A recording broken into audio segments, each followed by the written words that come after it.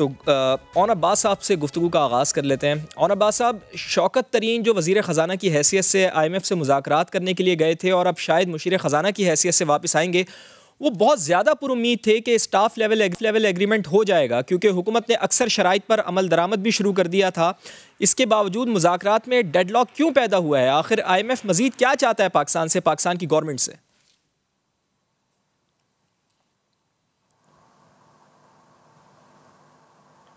Senator साहब सुन सकते हैं आप मुझे? ओन अब्बास साहब, ठीक, ओन अब्बास साहब को गालिबन आवाज़ नहीं जा रही है, तो हिना परवेज़ की तरफ चल लेते हैं। हिना परवेज़ भट्ट साहिबा, क्या समझती हैं आप कि पाकिस्तान की मौजूदा मुआशी सूरत हाल में बेहतरी का इम्कान है या आवाम मज़ीद महंगाई के लिए तैयार हो जाएँ? क्योंकि हुकूमत तो मुसलसल कह रही है कि आलमी कीमतों में इजाफे की वजह से हम कुछ नहीं कर सकते, और शौकत तरीन ने तो ये कह दिया है कि महंगाई मज़ीद बढ़ेगी, तो अब तो घबराना शुरू कर दिया आवाम ने। देखिए, अवाम को घबराना तो शुरू उसी दिन कर देना चाहिए था जब ये सेलेक्टेड वज़ीर आज़म अवाम पे मुसल्लत हुआ और इन्होंने उनको सब्ज़ बाग और झूठे ख्वाब दिखाए। लेकिन मैं आपसे रिसेंटली अभी जो लास्ट 6 मंथ्स की जो शौकत तरीन साहब की परफॉर्मेंस है, ब्यूरो ऑफ स्टैटिस्टिक्स की आज की रिपोर्ट है, और उसमें कुछ फिगर्स मैं कोट करूं कि 20 किलो का आटे का जो थैला है उसमें 210 रुपये की इंक्रीज़ हुई है। चीनी पर किलो 3.23 रुपीज़ इंक्रीज़ है। घी 46 रुपीज़ पर किलो का इंक्रीज़ है। मटन 100 रुपये पर केजी, बीफ 52 रुपीज़ पर केजी। इसी तरह दालें, टमाटर, प्याज, सब कुछ महंगा। LPG का जो घरेलू सिलेंडर है ना, उसमें 800 रुपये का इजाफा हुआ है। तो इससे पहले शौकत तरीन साहब से पहले भी आपने देखा, असद उमर साहब भी आए, हफीज़ शेख साहब भी आए, इन्होंने 4 वज़ीर ख़जाना जो है अपने चेंज करके देख लिए, लेकिन ये बिल्कुल भी इकॉनमी में परफॉर्म नहीं कर सके। अभी लेटेस्ट जो ब्यूरो ऑफ स्टैटिस्टिक्स की रिपोर्ट थी उसमें तो आपके नज़दीक जो वजूहात इस वक्त हुकूमत बयान कर रही है महंगाई की, वो कुछ भी नहीं है? देखिए, 12.66% लास्ट इन्फ्लेशन रेट था, और हमारे दौर में हम 4% to 5% इन्फ्लेशन रेट छोड़ के गए। और आपको पता है लो इनकम ग्रुप जो है उसके लिए इन्फ्लेशन रेट 14% से भी ऊपर है। तो क्वेश्चन मैं आपसे ये करना चाहती हूँ, ये हमारे हुकूमती नुमाइंदों से सवाल ये है कि देखिए, बिजली की प्राइस इंक्रीज़ हो गई, गैस की प्राइस इंक्रीज़ हो गई, पेट्रोल महंगा है, आटा महंगा है, चीनी महंगी है, दालें महंगी है, सब कुछ महंगा है। तो IMF की हम हमेशा से कहते थे कि ये IMF का बजट है, तो IMF की इन्होंने सारी बातें मानी, IMF की बातें मान के इन्होंने अवाम पे इतनी महंगाई की, लेकिन फिर भी ये IMF से डायलॉग करने में नाकाम क्यों हुए? ये क्वेश्चन तो इनसे बनता है। मैं आपको बताता हूँ, आपने बिजली की कीमतों की बात की ना, मरियम नवाज ने भी बिजली की कीमतों का हवाला दिया था कल। आपके दौर में बिजली की फ़ी यूनिट जो कीमत थी वो 11 रुपये थी, जबकि आज 19 से 20 रुपये के दरमियान है। लेकिन उन्होंने ये क्यों नहीं बताया कि महंगी बिजली के मुआहदे आप ही की हुकूमत तो करके गई थी, जिनका असर अब दिखाई दे रहा है, और ज़रूरत से ज़ायद बिजली की कीमत भी मौजूदा हुकूमत को अदा करनी पड़ रही है। क्या आधी हकीकत बताकर आप आवाम को मिसगाइड नहीं कर रहे? ना ही कोई महंगी बिजली के मुआहदे हुए, और ना ही हमने सस्ती LNG खरीदी। हमने ही जिस वक्त मियाँ साहब मुल्क में आए थे उस वक्त पूरे मुल्क पे लोड शेडिंग का बहरान था, और हमने 25,000 मेगावाट्स बिजली जो है वो बनाई। तो हमारे टाइम में ना ही कोई महंगे मुआहदे हुए। इन लोगों ने झूठे केसेस शाहिद हकान पे, मिफ्ता इस्माइल पे सब बनाए। हमारे टाइम में ये जरूर याद करा दूं, जो कैपेसिटी पेमेंट्स का जो इशू है वो बहुत बड़ा है, हुकूमत ये कहती है वो गर्दिशी कर्जों को बढ़ा रहा है। इंफ्रास्ट्रक्चर के प्रोजेक्ट्स भी हमारे टाइम में लगे। इनके टाइम में तो मुल्की कर्जे भी बढ़े और 1 रुपये का प्रोजेक्ट भी नहीं लगा। इन्होंने हमारे प्रोजेक्ट्स पे तख्तियाँ लगाई, महंगाई भी की, इन्फ्लेशन भी की, GDP भी जो है वो गिरा दिया, और हमारे टाइम पे 5.8 GDP था। डॉलर की प्राइस भी ऊपर पहुंच गई, बिजली की प्राइस ऊपर, गैस की प्राइस ऊपर, आटा चोरी इनने की, अद्वियात चोरी इन्होंने की, बिजली चोरी, गैस, सब कुछ इन्होंने किया। इन्होंने क्या किया ये तो आप मुझे बता रही हैं, लेकिन आप लोगों ने क्या किया ये भी मैं ज़रा आपको बता दूं। हिना, आप लोगों ने सब पावर प्लांट्स जो हैं वो गैस और कोयले पर चलने वाले लगाए, हाइड्रो पावर और डैम्स पर आपके दौर में कितना काम हुआ? इस हुकूमत तो दावा है कि ये भाषा और मोमेंट डैम्स जैसे 10 डैम बनाने जा रही है जिसका फायदा आने वाली नस्लों को सस्ती बिजली की सूरत में मिलेगा। आपने अपने दौर में ये काम कर लिया होता तो शायद अब आवाम को महंगी बिजली नहीं मिल रही होती। मेरी बात सुने, अनाउंसमेंट करनी बहुत आसान होती है, काम करके डिलीवर कराना बहुत मुश्किल होता है। ये रोज आते हैं नवाज शरीफ साहब के प्रोजेक्ट्स पे, तख्तियां तो लगाने की कोशिश करते हैं, अनाउंसमेंट कर देते हैं, लेकिन ये काम कोई एक बता दे इन्होंने कौन सा काम किया। हमने तो नीलम झेलम, हमने तो मोटरवेज बनाई, हमारे पास तो बहुत काम है बताने वाले। ये अभी इस टाइम में बताएं कि इन्होंने क्या काम किया। एक डैम के लिए बहुत पैसे भी कलेक्ट हुए, वो भी पता नहीं चला कहाँ यूटिलाइज हुए। तो हमें थोड़ा सा इस हुकूमत के बारे में बताएं कि इन्होंने क्या काम किया। चले जी, ये हुकूमत से पूछ लेते हैं कि उन्होंने क्या काम किया। ऑन साहब, मैं आपकी तरफ आता हूँ, लेकिन जो अपोजिशन के हैदर ज़मान कुरैशी साहब हैं पाकिस्तान पीपल्स पार्टी के, उनका भी मौक़िफ़ ले लेते हैं। हैदर ज़मान कुरैशी साहब, आपके इल्म में है कि हुकूमत ने IMF की कई शराइत को, और जो कड़ी शराइत हैं उनको तस्लीम किया, जिसका बोझ आम आदमी पर पड़ा है। इसके बावजूद IMF के साथ अभी तक स्टाफ लेवल एग्रीमेंट भी नहीं हो सका है। मुज़ाकरात का एक मज़ीद दौर कल सेक्रेटरी ख़जाना की सरबराही में भी होगा।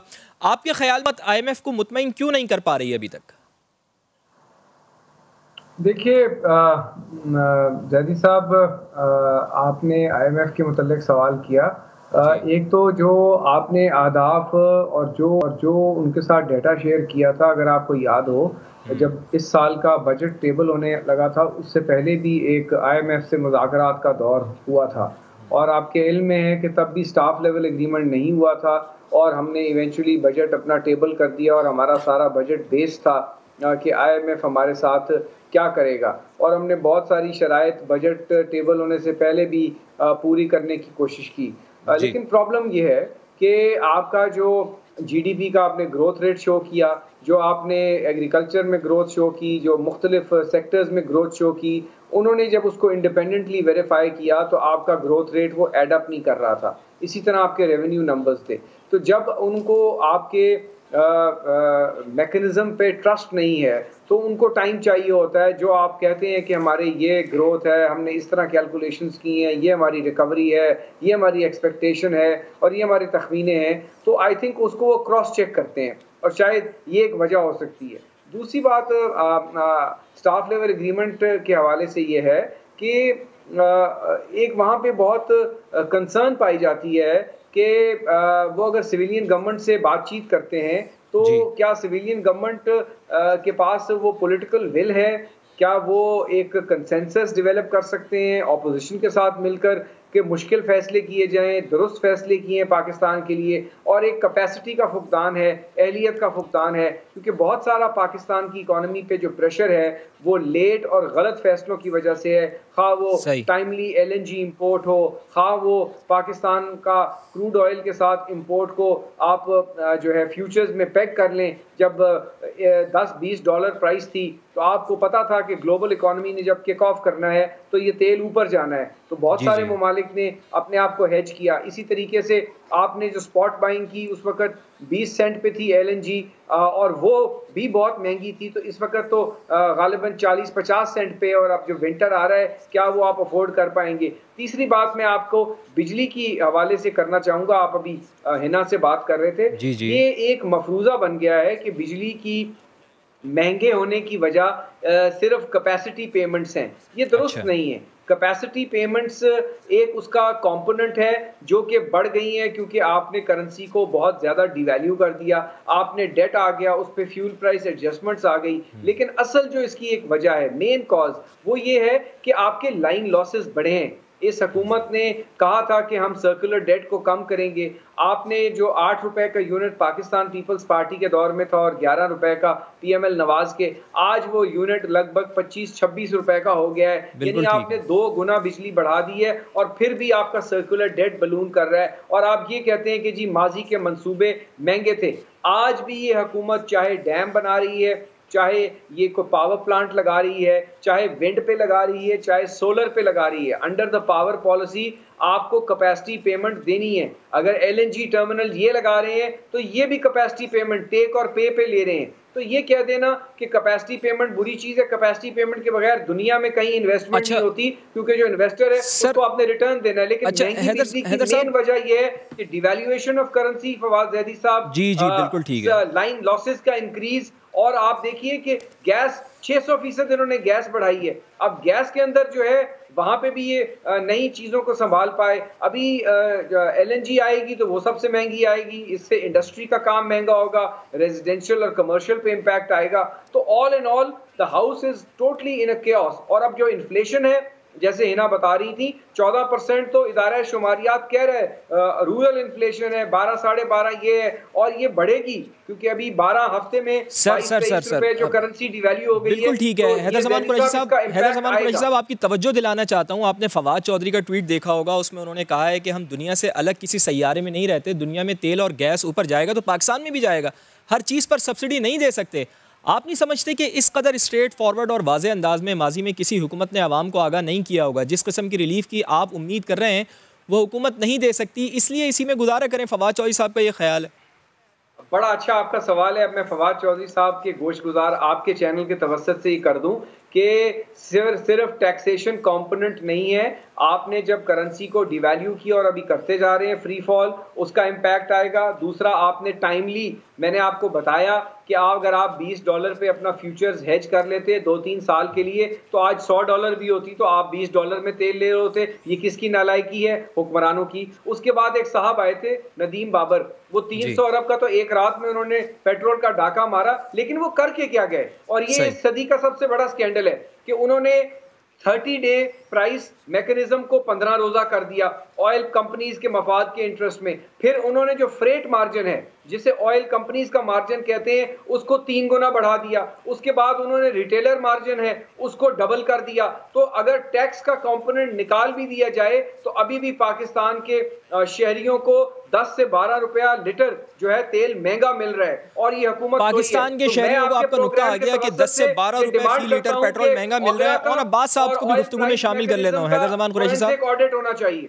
ठीक है जी, जवाब ले लेते हैं। और अब्बास साहब का तो तयन करती है कमेटी, इसका फोरेंसिक ऑडिट होना चाहिए। और अब्बास साहब से जवाब ले लेते हैं। और अब्बास साहब, शौकत तरीन जो वजीर खजाना की हैसियत से, सही है सर, नुक्ता आ गया आपका, नुक्ता आ गया। वजीर खजाना की हैसियत से IMF से मुज़ाकरात करने के लिए गए हुए हैं।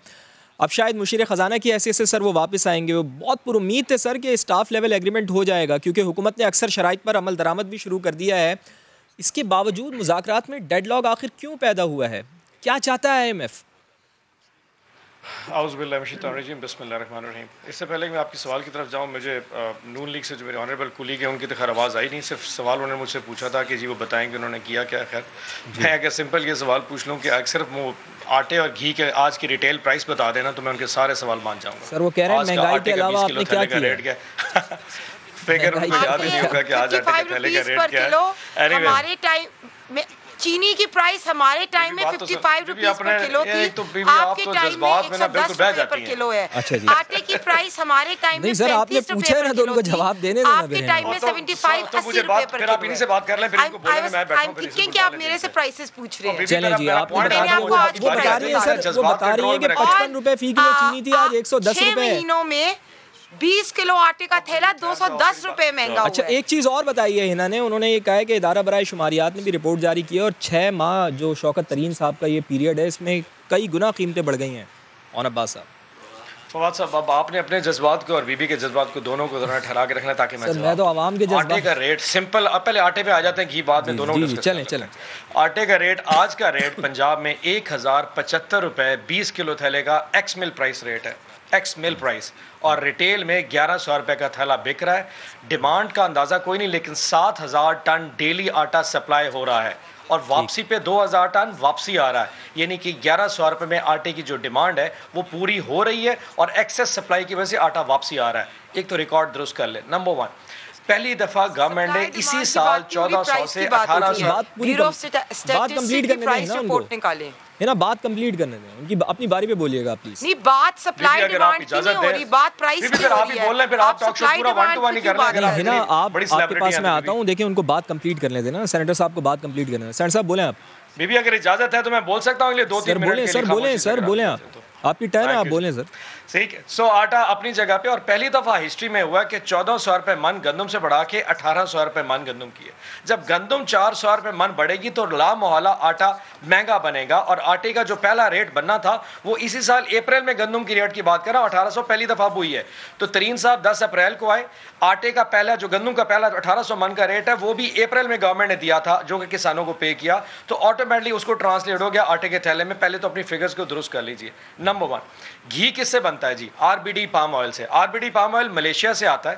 पिछले साल सितंबर 2021, बीबी को तो सारा पता होगा ही ना, बीबी को इकोनॉमिक्स पढ़ती रहती है। आरबीडी पाम ऑयल जो है, जो मलेशिया से आता है, उसकी प्राइस ही $550 पर मैट्रिक टन, जो कि मलेशिया से आता है, और 100% इस्तेमाल होता है, जिससे आगे घी बनता है। आज उसका रेट $1300 पर मैट्रिक टन है जी। अब आप ये बताइए, जब आरबीडी 6 months में है ना, ठहरे एक मिनट, ठहरे, उनको बात कंप्लीट करने देना, है ना। आप इनसे भी शेयर कर लें।